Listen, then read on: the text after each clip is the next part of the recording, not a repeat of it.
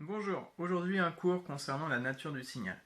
Alors, je vous avais donné un exercice avec des exemples de formes de signal, où il y avait la forme de signal qui était analogique et l'autre forme de signal qui était du numérique.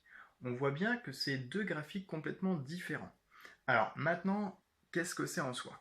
Le signal analogique, vous avez vu, ça fait une courbe plus ou moins évoluée, tout va dépendre de ce qu'on va vouloir mesurer. Mais dans tous les cas, sur notre courbe, on peut récupérer plusieurs valeurs physiques. Ok?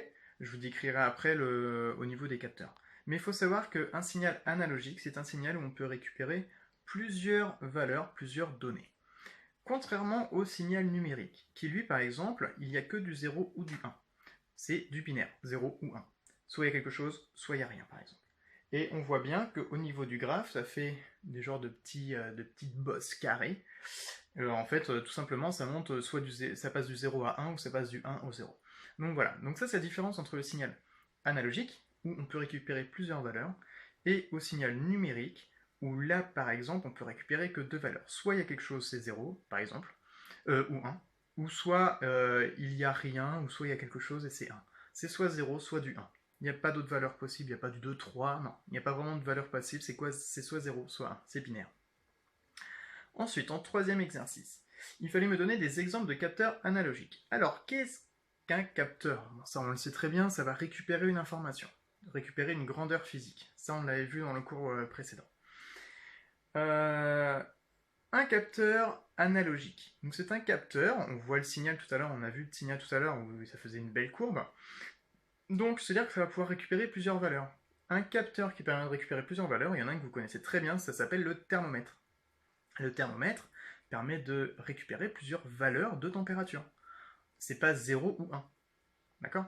Ça peut être 37, 38, 30, voilà. Donc vraiment, plusieurs valeurs numériques. Pardon, analogiques, hein, d'accord? Plusieurs valeurs concernant le capteur analogique, donc la température. Ça peut être aussi une vitesse. Sur une voiture, sur votre deux roues, vous avez un compteur de vitesse. Le compteur, à l'origine, bah, c'est un capteur à la base, ce que vous mettez sur la roue. Ou ce qu'il y a aussi au niveau de la roue de la voiture qui va permettre de calculer la vitesse.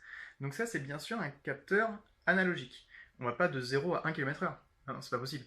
On va progressivement à différentes vitesses, on réduit, on réaccélère et ainsi de suite. Donc ça, c'est de l'analogique. Maintenant, concernant les capteurs numériques. Alors, il y a quelque chose aussi que vous connaissez plutôt bien, c'est une alarme, par exemple. Alors, une alarme, qu'est-ce que ça fait? Si il y a, par exemple, un capteur de présence, donc le capteur de présence est un capteur numérique, c'est soit 0, soit 1. Est-ce qu'il y a une présence? Oui, donc on se met à l'état 1, on actionne l'alarme. S'il n'y a pas de présence, état 0, on n'actionne pas l'alarme, par exemple. Au niveau de la programmation, ça pourrait donner ça. Donc, en capteur numérique, nous avons par exemple le capteur de présence. Qu'est-ce qu'on peut avoir de plus en capteur numérique? C'est par exemple une télécommande. Soit vous appuyez pas. Si vous appuyez, bah lui il passe directement à l'état 1. Donc, par exemple, il va allumer la télé. Ou on va ouvrir un portail, par exemple, en appuyant sur une télécommande. Ou une porte de garage, un volet roulant avec une télécommande. Donc, si on appuie, c'est un capteur numérique. On va pas, la télécommande ne va pas étudier est-ce qu'il appuie fortement, pas fortement. Non, c'est pas possible. C'est soit on appuie pas. Donc soit c'est 0, soit c'est 1. Voilà par exemple deux exemples pour l'analogique. Donc je reprends le vitesse et par exemple la température.